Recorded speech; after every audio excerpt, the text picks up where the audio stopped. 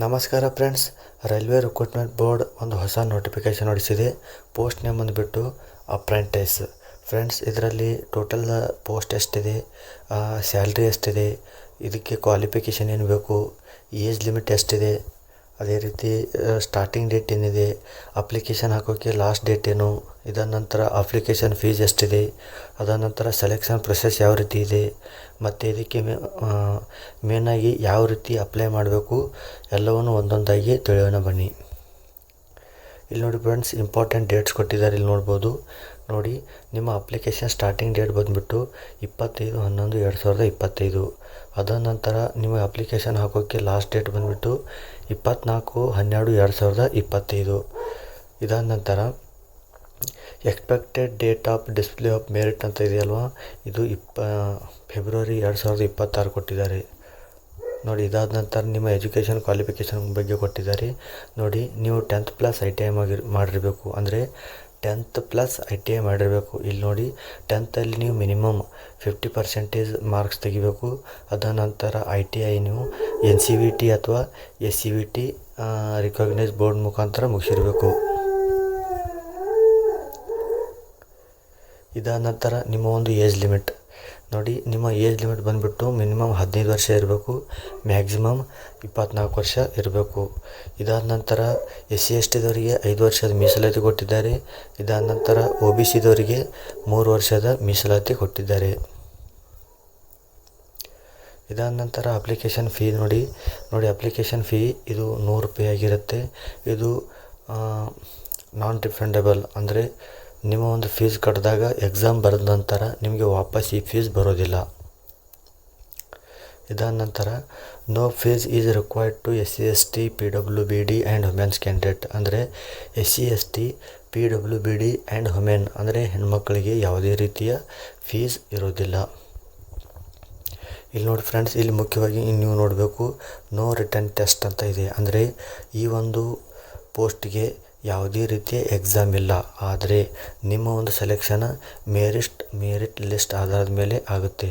Merit list ಯಾವ ರೀತಿ ready ಆಗುತ್ತೆ ಅಂದರೆ, ನೀವು ನಿಮ್ಮ 10th ಪ್ಲಸ್ ITIನಲ್ಲಿ ತೊಗೊಂಡಂಥ ಅಂಕಗಳ ಆಧಾರದ ಮೇಲೆ, ಅಂದರೆ ನಿಮ್ಮ 50% ತೊಗೋತಾರೆ. ಅಂದರೆ ನೀವು 10th 80% ಮಾಡಿದ್ದೀರ ಅಂತ ಅಂದ್ಕೊಳ್ಳಿ, ಅದರಲ್ಲಿ ನಾವು 40% ತೆಗಿತಾರೆ. ನೀವು ITIನಲ್ಲಿ 60% ಮಾಡಿದರೆ ಅದರಲ್ಲಿ 30% ತೆಗೆದು 40 + 30 ಎರಡನ್ನು ಕೂಡಿಸಿ ನಿಮ್ಮ ಒಂದು ಮೆರಿಟ್ ಲಿಸ್ಟ್ ರೆಡಿ ಮಾಡ್ತಾರೆ. ನೋಡಿ, ನಿಮ್ಮ ಒಂದು ಮೆರಿಟ್ ಲಿಸ್ಟ್ ಡಿಸೈಡ್ ಆಗೋದು ಟ್ರೇಡ್ ವೈಸ್ ಆಧಾರದ ಮೇಲೆ. ಟ್ರೇಡ್ ವೈಸ್ ಆಧಾರ ಅಂದರೆ ಇಲ್ಲಿ ನೋಡ್ಬೋದು. ನೀವು ಫಾರ್ ಎಕ್ಸಾಂಪಲ್, ನೀವು ಎಲೆಕ್ಟ್ರಿಷಿಯನ್ ಡಿಪಾರ್ಟ್ಮೆಂಟಲ್ಲಿ ಏನಾದರೂ ಅಪ್ಲಿಕೇಶನ್ ಹಾಕಿದ್ರೆ ಇಲ್ಲಿ ನಿಮ್ಮ ಒಂದು ಮೆರಿಟ್ ಲಿಸ್ಟ್ ಬೇರೆ ಇರುತ್ತೆ. ಅದೇ ರೀತಿ ಕಾರ್ಪೆಂಟ್ರ್ನಲ್ಲಿ ಏನಾದರೂ ನೀವು ಅಪ್ಲೈ ಮಾಡಿದ್ರೆ ಇಲ್ಲೊಂದು ಮೆರಿಟ್ ಲಿಸ್ಟ್ ಬೇರೆ ಇರುತ್ತೆ. ಅಂದರೆ ಇಲ್ಲೊಂದು ಬೇರೆ ಬೇರೆ ನಿಮ್ಮ ಒಂದು ಮೆರಿಟ್ ಲಿಸ್ಟ್ ಡಿಸೈಡ್ ಆಗುತ್ತೆ. ಇದಾದ ನಂತರ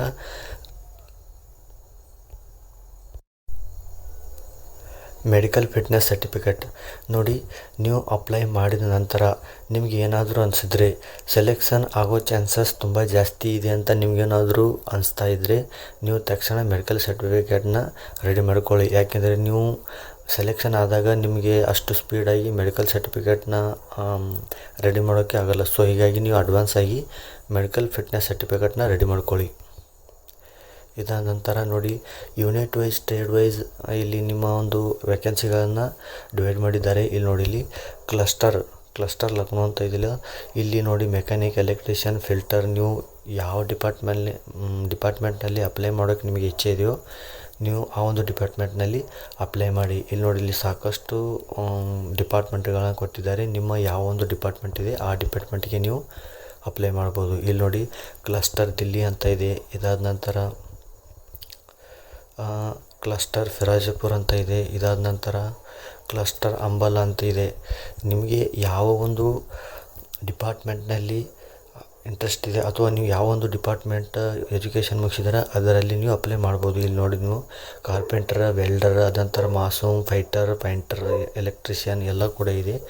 ನಿಮಗೆ ಯಾವ ಒಂದು ನೋಡಿ, ಇಲ್ಲಿ ಕ್ಲಸ್ಟರ್ನಲ್ಲಿ ಕ್ಲಸ್ಟರ್ಗಳು ಸಾಕಷ್ಟಿದೆ. ನೋಡಿ, ನೀವು ಎಲ್ಲಿ ಲೋ ಕಟ್ ಆಫ್ ನಿಲ್ಲುತ್ತೆ ಅಂತ ನೀವು ರಿಸರ್ಚ್ ಮಾಡಿ ಅಪ್ಲೈ ಮಾಡಿ. ಇಲ್ಲಿ ನೋಡಿ ಆರ್ಗನೈಸೇಷನ್ ನೇಮ್ ಬಂದುಬಿಟ್ಟು ರೈಲ್ವೆ ರಿಕ್ರೂಟ್ಮೆಂಟ್ ಬೋರ್ಡ್ ಅಂತ ಇದೆ. ಇದಾದ ನಂತರ ಪೋಸ್ಟ್ ನೇಮ್ ಬಂದುಬಿಟ್ಟು ಅಪ್ರೆಂಟಿಸ್ ಅಂತ ಇದೆ. ಇದಾದ ನಂತರ ಟೋಟಲ್ ವೇಕೆನ್ಸಿ ಬಂದುಬಿಟ್ಟು 4116 ವೇಕೆನ್ಸಿಗಳಿದೆ. ಇದಾದ ನಂತರ ನಿಮ್ಮ ಒಂದು ಸ್ಯಾಲ್ರಿ ಬಂದುಬಿಟ್ಟು ನೋಡಿ, ಇದಕ್ಕೆ ಸ್ಯಾಲ್ರಿ ಅನ್ನೋದಿಲ್ಲ, ಸ್ಟೈಪಂಡ್ ಅಂತ ಇರುತ್ತೆ. ಯಾಕಂದರೆ ನೀವು ಅಪ್ರೆಂಟಿಸ್ ಆಗಿ ಸೆಲೆಕ್ಟ್ ಆಗಿರೋದ್ರಿಂದ ನಿಮಗೆ ಸ್ಯಾಲ್ರಿ ಅಂತ ಕನ್ಸಿಡರ್ ಮಾಡೋದಿಲ್ಲ.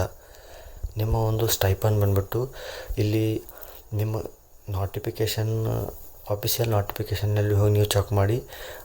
ಆ ಒಂದು ಆಫಿಷಿಯಲ್ ನೋಟಿಫಿಕೇಷನ್ನ ಒಂದು PDF ನನ್ನ ಡಿಸ್ಕ್ರಿಪ್ಷನಲ್ಲಿ ಅದರೊಂದು ಲಿಂಕ್ ಕೊಟ್ಟಿದ್ದೀನಿ, ಅದನ್ನು ಕ್ಲಿಕ್ ಮಾಡಿ ನೀವು ನೋಡ್ಕೊಳ್ಬೋದು. ಇದಾದ ನಂತರ ಎಜುಕೇಷನ್ ಕ್ವಾಲಿಫಿಕೇಷನ್ ನಾನು ಈ ಹಿಂದೆ ಹೇಳ್ದಾಗೆ ಇಲ್ಲಿ ನೀವು ನೋಡ್ಬೋದು. 10th ಕ್ಲಾಸ್ ಪಾಸ್ಔಟ್ ಆಗಿರಬೇಕು. ಮಿನಿಮಮ್ 50% ನಿಮ್ಮ ಒಂದು ಮಾರ್ಕ್ಸ್ ತೊಗೊಂಡಿರಬೇಕು. ನೀವು ಏನಾದರೂ 50%ಗಿಂತ ಕಮ್ಮಿ ಅಂಕ ಇದ್ದರೆ ಈ ಒಂದು ಪೋಸ್ಟ್ಗೆ ನೀವು ಅರ್ಹತೆ ಪಡೆದಿರೋದಿಲ್ಲ. ಇದರ ಜೊತೆಗೆ ನೀವು ITI ಮಾಡಿರಬೇಕು. ಅದು ಯಾವ ಸೆಕ್ಷನಲ್ಲಿ, NCVT ಅಥವಾ SCVTನಲ್ಲಿ. ಇದಾದ ನಂತರ ನೀವು ಏಜ್ ಲಿಮಿಟ್ ಬಂದುಬಿಟ್ಟು 15ರಿಂದ 24 ವರ್ಷ ನಿಮ್ಮ ಒಂದು ಏಜ್ ಲಿಮಿಟ್ ಇರಬೇಕು. ಅದಾದ ನಂತರ ಅಪ್ಲಿಕೇಶನ್ ಸ್ಟಾರ್ಟ್ ಡೇಟ್ 25/11/2025 ಇದೆ. ಇದರ ಒಂದು ಕೊನೆಯ ದಿನಾಂಕ ಬಂದುಬಿಟ್ಟು 24/12/2025. ಇದಾದ ನಂತರ ಇಲ್ಲಿ ನೋಡ್ಬೋದು ಅಪ್ಲಿಕೇಶನ್ ಮೋಡ್ ಏನಿದೆ, ಇದು ಕಂಪ್ಲೀಟ್ಲಿ ಆನ್ಲೈನ್ ಮುಖಾಂತರ ನೀವು ಅಪ್ಲೈ ಮಾಡಬೇಕು. ಅಫಿಷಿಯಲ್ ವೆಬ್ಸೈಟ್ ನೋಡಿ www.rrcnr.org ಅಂತ ನೀವು ಅಪ್ಲೈ ಮಾಡಿ. ಇಲ್ಲಿ ನೀವು ನೋಡ್ಬೋದು www.rrcnr.org ಅಂತ ಇದೆ ಅಲ್ವಾ. ಇದನ್ನು ಈ ರೀತಿ ನೀವು ಗೂಗಲಲ್ಲಿ ಅಪ್ಲೈ ಮಾಡಿ. ಇಲ್ಲಿ ಸರ್ಚ್ ಮೇಲೆ ಕ್ಲಿಕ್ ಮಾಡಿ. ಸರ್ಚ್ ಮೇಲೆ ಕ್ಲಿಕ್ ಮಾಡಿದಾಗ ನಿಮಗೆ ಈ ರೀತಿ ಪೇಜ್ ಓಪನ್ ಆಗುತ್ತೆ. ಇಲ್ಲಿ ನೀವು ನೋಡ್ಬೋದು ಆನ್ಲೈನ್ ಅಪ್ಲಿಕೇಶನ್ ಅಂತ ಇದೆ, ಇಲ್ಲಿ ಲಾಗಿನ್ ಅಂತ ಇದೆ. ನೀವು ಈಗಾಗಲೇ ಏನಾದರೂ ಆಲ್ರೆಡಿ ರಿಜಿಸ್ಟ್ರೇಷನ್ ಮಾಡಿದರೆ ನೀವು ಜಸ್ಟ್ ಲಾಗಿನ್ ಆದರೆ ಸಾಕು. ಇಲ್ಲ ನಾನು ಫ್ರೆಶರ್ ಇದ್ದೀನಿ ಅಂದರೆ ಇಲ್ಲಿ ಆನ್ಲೈನ್ ಅಪ್ಲಿಕೇಶನ್ ಮೇಲೆ ಕ್ಲಿಕ್ ಮಾಡಿ. ಕ್ಲಿಕ್ ಮಾಡಿದಾಗ ಈ ರೀತಿ ಪೇಜ್ ಓಪನ್ ಆಗುತ್ತೆ.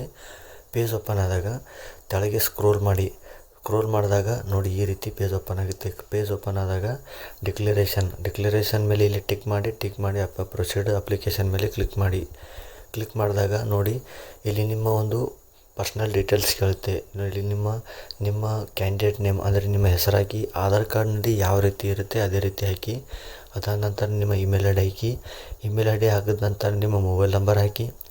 ಮೊಬೈಲ್ ನಂಬರ್ ಹಾಕಿದ ನಂತರ ನಿಮ್ಮ ಆಧಾರ್ ಕಾರ್ಡ್ ನಂಬರ್ ಹಾಕಿ. ಇದಾದ ನಂತರ ನಿಮ್ಮ ಒಂದು date of birth hockey.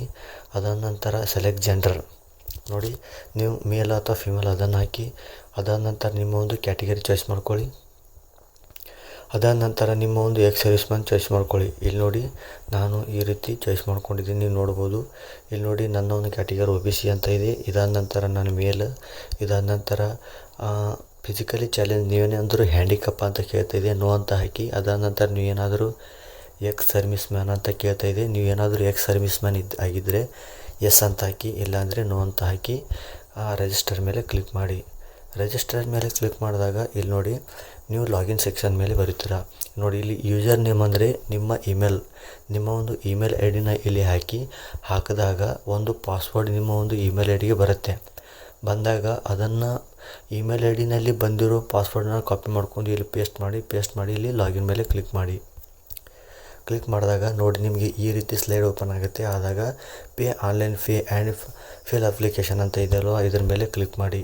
Click ಮಾಡಿದಾಗ ನೋಡಿ ಈ ರೀತಿ ಪೇಜ್ ಓಪನ್ ಆಗಿದೆ. ಮೇಕ್ ಪೇಮೆಂಟ್ ಅಂತ ಇದೆ. ನೀವು GPay ಅಥವಾ Paytm ಅಥವಾ ಫೋನ್ಪೇ ಅಥವಾ ಡೆಬಿಟ್ ಕಾರ್ಡ್, ಕ್ರೆಡಿಟ್ ಕಾರ್ಡ್ ಯಾವುದರ ಮುಖಾಂತರನೂ ಪೇಮೆಂಟ್ ಮಾಡ್ಬೋದು. ಮೇಕ್ ಪೇಮೆಂಟ್ ಮೇಲೆ ಕ್ಲಿಕ್ ಮಾಡಿದಾಗ ಈ ರೀತಿ ಪೇಜ್ ಓಪನ್ ಆಗುತ್ತೆ. ನೋಡಿ ಇಲ್ಲಿ ಪೇಮೆಂಟ್ ಐ ಡಿ ಆಟೋಮೆಟಿಕ್ಲಿ ತೊಗೊಳುತ್ತೆ. ಬೈ ಚಾನ್ಸ್ ಏನಾದರೂ ತೊಗೊಳ್ಳಿಲ್ಲ ಅಂದರೆ ನಿಮ್ಮ ಒಂದು ಫೋನ್ಪೇಲಿರೋ ID ನಂಬರಲ್ಲಿ ಕಾಪಿ ಮಾಡಿ ಪೇಸ್ಟ್ ಮಾಡಿ ಇಲ್ಲಿ ಚೆಕ್ ಅಪ್ಡೇಟ್ ಮೇಲೆ ಕ್ಲಿಕ್ ಮಾಡಿ. ಕ್ಲಿಕ್ ಮಾಡಿದಾಗ ಈ ರೀತಿ ನಿಮ್ಮ ಒಂದು ಪರ್ಸ್ನಲ್ ಡೀಟೇಲ್ಸ್ ಅಂತ ಬರುತ್ತೆ. ಈ ಪರ್ಸ್ನಲ್ ಡೀಟೇಲ್ಸ್ನಲ್ಲಿ ನಿಮ್ಮ ತಂದೆ ಹೆಸರು, ಇಲ್ಲಿ ನಿಮ್ಮ ಒಂದು ತಂದೆ ಹೆಸರು ಹಾಕಿ. ಅದಾದ ನಂತರ ನೀವು ನ್ಯಾಷನಾಲಿಟಿ ಚಾಯ್ಸ್ ಮಾಡ್ಕೊಳ್ಳಿ, ಇಂಡಿಯನ್ ಅಂತ. ಅದಾದ ನಂತರ ರಿಲಿಜಿಯನ್ ಅಥವಾ ಧರ್ಮ, ನಿಮ್ಮ ಯಾವ ಧರ್ಮದವರು ಅದನ್ನು ಹಾಕಿ. ನೀವು ಹಿಂದೂ, ಮುಸ್ಲಿಂ, ಕ್ರಿಶ್ಚಿಯನ್ ಅದನ್ನು ಹಾಕಿ. ಅದಾದ ನಂತರ ಐಡೆಂಟಿಫಿಕೇಷನ್ ಮಾರ್ಕ್, ನೀವು ಏನಾದರೂ ನಿಮ್ಮ ಮುಖದ ಮೇಲೆ ಏನಾದರೂ ಮಾರ್ಕ್ ಇದ್ದರೆ ಅದನ್ನು ಹಾಕಿ. ಎರಡನೇ ಮಾರ್ಕ್, ಏನಾದರೂ ನಿಮ್ಮ ಮುಖದ ಮೇಲೆ ಒಂದಕ್ಕಿಂತ ಜಾಸ್ತಿ ಮಾರ್ಕ್ ಇದ್ದರೆ ನಿಮ್ಮ ಮುಖದ ಮೇಲೆ, ನಿಮ್ಮ ಬಾಡಿ ಮೇಲೆ ಅಥವಾ ನಿಮ್ಮ ಕೈ ಮೇಲೆ ಅದನ್ನು ಮಾರ್ಕ್ ಇಲ್ಲಿ 1 2 ಇದ್ದರೆ ಹಾಕಿ, ಬೈ ಚಾನ್ಸ್ ಒಂದೇ ಇದ್ದರೆ ಒಂದೇ ಮಾರ್ಕ್ ಅಂತ ಹಾಕಿ. ಇದಾದ ನಂತರ ನಿಮ್ಮ ಒಂದು ಅಡ್ರೆಸ್ ಕೇಳುತ್ತೆ ನೋಡಿ, ನಿಮ್ಮ ಊರ ಹೆಸರು, ಇಲ್ಲಿ ನಿಮ್ಮ ಊರ ಹೆಸರು ಹಾಕಿ. ಅದಾದ ನಂತರ ಸ್ಟೇಟ್, ನೀವು ಯಾವ ಸ್ಟೇಟ್ದಿಂದ ಬರ್ತೀರ ಅದನ್ನು ಹಾಕಿ. ಇದಾದ ನಂತರ ನಿಮ್ಮ ಪಿನ್ ಕೋಡ್ ಹಾಕಿ. ಸ್ಟೇಟ, ತಾಲೂಕು, ಜಿಲ್ಲಾ ಎಲ್ಲ ಹಾಕಿದ ನಂತರ ಈ ರೀತಿ ಪೇಜ್ ಓಪನ್ ಆಗುತ್ತೆ. ಇಲ್ಲಿ ನೋಡಿ, ಇಲ್ಲಿ ತುಂಬ ಮುಖ್ಯವಾಗಿ ನೀವು ಗಮನಿಸಬೇಕು. ಅಪ್ಲಿಕೇಶನ್ ಡೀಟೇಲ್ಸ್ನಲ್ಲಿ ಇಲ್ಲಿ ನೋಡಿ ಟ್ರೇಡ್ ಕ್ವಾಲಿಫಿಕೇಷನ್ ಅಂತ ಇದೆ ನೋಡಿ. ಈ ಒಂದು ಹುದ್ದೆ 10th ಪ್ಲಸ್ ITI ಮೇಲೆ ಕರೆಯೋದರಿಂದ ನೀವು ಇಲ್ಲಿ ಕಡ್ಡಾಯವಾಗಿ ITI ಪ್ಲಸ್ 10th ಹಾಕಲೇಬೇಕು. ಇದಾದ ನಂತರ ರಿಕಾಗ್ನೈಸ್ ಬೋರ್ಡ್ ಹಾಕಬೇಕು. ಇಲ್ಲಿ ನೋಡಿ, ನಿಮ್ಮ ಒಂದು ರಿಕಾಗ್ನೈಸ್ ಸ್ಟೇಟ್ ಯಾವುದಿದೆ ಅಂತ ಇಲ್ಲಿ ನೀವು ಚಾಯ್ಸ್ ಮಾಡ್ಕೋಬೇಕು. ನೋಡಿ, ನಾನು ಜಸ್ಟ್ ಎಕ್ಸಾಂಪಲ್ಗೋಸ್ಕರ ರಿಕಗ್ನೈಸ್ಡ್ ಬೈ ರಾಜಸ್ಥಾನ್ NCVT ಅಂತ ಹಾಕ್ಕೊಂಡಿದ್ದೀನಿ. ನೀವು ಯಾವೊಂದು ಸ್ಟೇಟ್ನಿಂದ ನಿಮ್ಮ ಒಂದು ITI ಮುಗಿಸಿದರೆ ಅದನ್ನು ಇಲ್ಲಿ ಚಾಯ್ಸ್ ಮಾಡ್ಕೊಳ್ಳಿ. ಇದಾದ ನಂತರ ನಿಮ್ಮ ಟ್ರೇಡ್ ಆಪ್ಷನ್, ನಾನು ಈ ಹಿಂದೆ ನೋಟಿಫಿಕೇಷನ್ನಲ್ಲಿ ನಿಮಗೆ ಹೇಳುವಾಗ ಟ್ರೇಡ್ಗಳು ಯಾವ ರೀತಿ ಇರುತ್ತೆ ನೀವು ತೋರಿಸಿದ್ದೀನಿ. ನೀವು ಯಾವ ಒಂದು ಟ್ರೇಡ್ ಚಾಯ್ಸ್ ಮಾಡ್ಕೋತೀರ ನಿಮಗೆ ಬಿಟ್ಟಿದ್ದು. ನಾನು ಇಲ್ಲಿ ಫೈಟರ್ ಅಂತ ಚಾಯ್ಸ್ ಮಾಡ್ಕೊಂಡಿದ್ದೀನಿ. ಅದಾದ ನಂತರ ಕ್ಲಸ್ಟರ್ ಆಪ್ಷನ್ ನಾನು ದಿಲ್ಲಿ ಅಂತ ಮಾಡ್ಕೊಂಡಿದ್ದೀನಿ. ನೀವು ಯಾವುದು ಬೇಕೋ ಅದು ಚಾಯ್ಸ್ ಮಾಡ್ಕೊಳ್ಳೋದು, ಅದು ನಿಮಗೆ ಬಿಟ್ಟಿದ್ದು.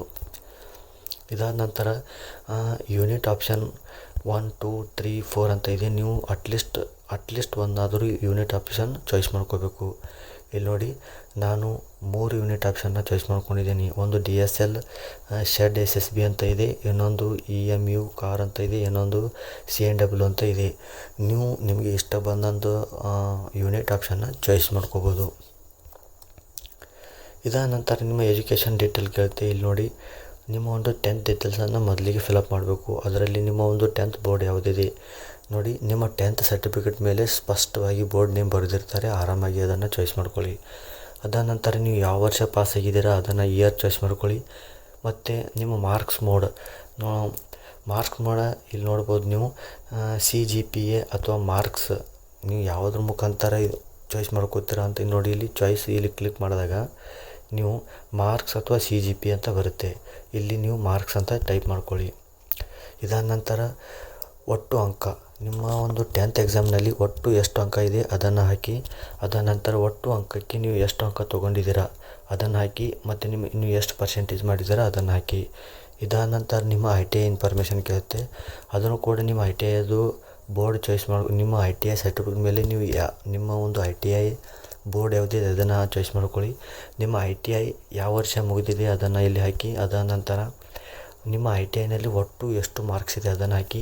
ಒಟ್ಟು ಅಂಕಕ್ಕೆ ನೀವು ಎಷ್ಟು ಅಂಕ ತೊಗೊಂಡಿದ್ದೀರಾ ಅದನ್ನು ಹಾಕಿ. ನಿಮ್ಮದು ಎಷ್ಟು ಪರ್ಸೆಂಟೇಜ್ ಆಗಿದೆ ಅದನ್ನು ಇಲ್ಲಿ ಹಾಕಿ. ಅದಾದ ನಂತರ ಇಲ್ಲಿ ಸೆಮಿಸ್ಟರ್ 1ನಲ್ಲಿ ನೀವು ಎಷ್ಟು ಅಂಕ ತೊಗೊಂಡಿದ್ದೀರಾ ಮತ್ತು ಯಾವ ವರ್ಷ ಪಾಸ್ ಆಗಿದ್ದೀರಾ ಅದನ್ನು ಹಾಕಿ. ಅದಾದ ನಂತರ ನೀವು ಫಸ್ಟ್ ಸೆಮಿಸ್ಟರ್ನಲ್ಲಿ ಒಟ್ಟು ಅಂಕ ಎಷ್ಟಿದೆ ಅದನ್ನು ಹಾಕಿ. ಅದಾದ ನಂತರ ನೀವು ಎಷ್ಟು ಅಂಕ ತೊಗೊಂಡಿದ್ದೀರಾ ಅದನ್ನು ಹಾಕಿ. ಮತ್ತು ಪರ್ಸೆಂಟೇಜ್ ಎಷ್ಟಾಗಿದೆ ಅದನ್ನು ಒಂದು ಹಾಕಿ. ಇದೇ ರೀತಿ first semester, second semester, third semester, fourth semester ಇದೇ ರೀತಿ ಎಲ್ಲ ಫಿಲಪ್ ಮಾಡ್ತಾ ಸೇವ್ ಅಪ್ಲಿಕೇಶನ್ ಮೇಲೆ ಕ್ಲಿಕ್ ಮಾಡಿ. ನೋಡಿ, ಕ್ಲಿಕ್ ಮಾಡಿದಾಗ ನಿಮ್ಮ ಒಂದು ಅಪ್ಲೋಡ್ ಡಾಕ್ಯುಮೆಂಟ್ಸ್ ಈ ಸ್ಲೈಡ್ ಓಪನ್ ಆಗುತ್ತೆ. ಇಲ್ಲಿ ನೀವು ನೋಡ್ಬೋದು photograph, left thumb impression, signature, 10th certificate, 10th marksheet, ITI marksheet, ಅದ ನಂತರ ಕಾಸ್ಟ್ ಸರ್ಟಿಫಿಕೇಟ್ ಕೇಳುತ್ತೆ. ಒಂದೊಂದಾಗಿ ನೀವು ಅಪ್ಲೋಡ್ ಮಾಡ್ತಾ ಹೋಗಬೇಕು. ಇಲ್ಲಿ ನೋಡ್ಬೋದು photograph, thumb impression and signature between. ಇಲ್ಲಿ ನೀವು ಗಮನಿಸಬೇಕು, photograph, thumb impression and signature ನೋಡಿ 10 ರಿಂದ 50 KB ಮಾತ್ರ ಇರಬೇಕು. ಇನ್ನು ಉಳಿದಂಥ ಎಲ್ಲ ಡಾಕ್ಯುಮೆಂಟ್ಸ್ಗಳು ನೀವು 50 ರಿಂದ 100 KB ಒಳಗೆ ಅಪ್ಲೋಡ್ ಮಾಡ್ಬೋದು. ಎಲ್ಲ ಡಾಕ್ಯುಮೆಂಟ್ಸ್ಗಳನ್ನು ಅಪ್ಲೋಡ್ ಮಾಡಿದ ನಂತರ ಅಪ್ಲೋಡ್ ಡಾಕ್ಯುಮೆಂಟ್ ಮೇಲೆ ಕ್ಲಿಕ್ ಮಾಡಿ. ಕ್ಲಿಕ್ ಮಾಡಿದಾಗ ಈ ರೀತಿ ಪೇಜ್ ಓಪನ್ ಆಗುತ್ತೆ. ಇಲ್ಲಿ ನೋಡ್ಬೋದು ನೀವು personal information, application form, document status ಎಲ್ಲವೂ ಕೂಡ ಕಂಪ್ಲೀಟ್ ಅಂತ ಬರುತ್ತೆ. ಅದರ ಫೈನಲ್ ಸ್ಟೇಟಸ್ ಮಾತ್ರ ಪೆಂಡಿಂಗ್ ಅಂತ ಉಳಿಯುತ್ತೆ. ಇಲ್ಲಿ ನೋಡ್ಬೋದು ಐ ಅಗ್ರಿ ಮೇಲೆ ಕ್ಲಿಕ್ ಮಾಡಿ ಫೈನಲ್ ಸಬ್ಮಿಟ್ ಅಪ್ಲಿಕೇಶನ್ ಮೇಲೆ ಕ್ಲಿಕ್ ಮಾಡಿ. ಕ್ಲಿಕ್ ಮಾಡಿದಾಗ ನೋಡಿ ಈ ರೀತಿ ಪೇಜ್ ಓಪನ್ ಆಗುತ್ತೆ. ನೋಡಿ, ಇಲ್ಲಿ ನೀವು ನೋಡ್ಬೋದು download or print application form ಅಂತ ಇದೆಯಲ್ವಾ, ಇದ್ರ ಮೇಲೆ ಕ್ಲಿಕ್ ಮಾಡಿ. ಕ್ಲಿಕ್ ಮಾಡಿದಾಗ ನಿಮ್ಮ ಒಂದು ಪೂರ್ತಿಯಾಗಿ ಅಪ್ಲಿಕೇಶನ್ ಫಾರ್ಮ್ ಕಂಪ್ಲೀಟ್ ಆಗುತ್ತೆ. ಸೊ ಇಲ್ಲಿಗೆ ನೀವು ಹಾಕಿರೋ ಒಂದು ಹುದ್ದೆ ನಿಮ್ಮ ಪೂರ್ತಿ ರೆಸ್ಯೂಮ್ ರೆಡಿಯಾಗಿ ಒಂದು ಅಪ್ಲಿಕೇಶನ್ ಫಾರ್ಮ್ ಪ್ರಿಂಟೌಟ್ ಬರುತ್ತೆ. ಅದನ್ನು ನೀವು ಮೊಬೈಲಲ್ಲಿ PDF ಆಗಿ ಇಟ್ಕೋಬೋದು ಅಥವಾ ಪ್ರಿಂಟ್ ಆದ್ರೂ ತೊಗೋಬೋದು. ಸೊ ಇನ್ನು ಯಾರಿಗೆಲ್ಲ ಈ ಒಂದು ಹುದ್ದೆಗಳ ಬಗ್ಗೆ ಗೊತ್ತಿಲ್ಲ ನಿಮ್ಮ ಫ್ರೆಂಡ್ಸ್ಗಳಿಗೆಲ್ಲ ತಿಳಿಸಿ. ಅವರು ಅಪ್ಲೈ ಮಾಡ್ಬೋದೇನೋ ಅವರನ್ನು ತಿಳಿಸಿ. ವಿಡಿಯೋ ಇಷ್ಟ ಆಗಿದ್ದರೆ ಲೈಕ್ ಮಾಡಿ, ವಿಡಿಯೋ ಇಷ್ಟ ಆಗದೇ ಇದ್ದಲ್ಲಿ ಡಿಸ್ಲೈಕ್ ಮಾಡಿ, ಏನೂ ಅಭ್ಯಂತರ ಇಲ್ಲ. ಮತ್ತೆ ಸಿಗೋಣ ಮುಂದಿನ ವಿಡಿಯೋದಲ್ಲಿ. ನಮಸ್ಕಾರ.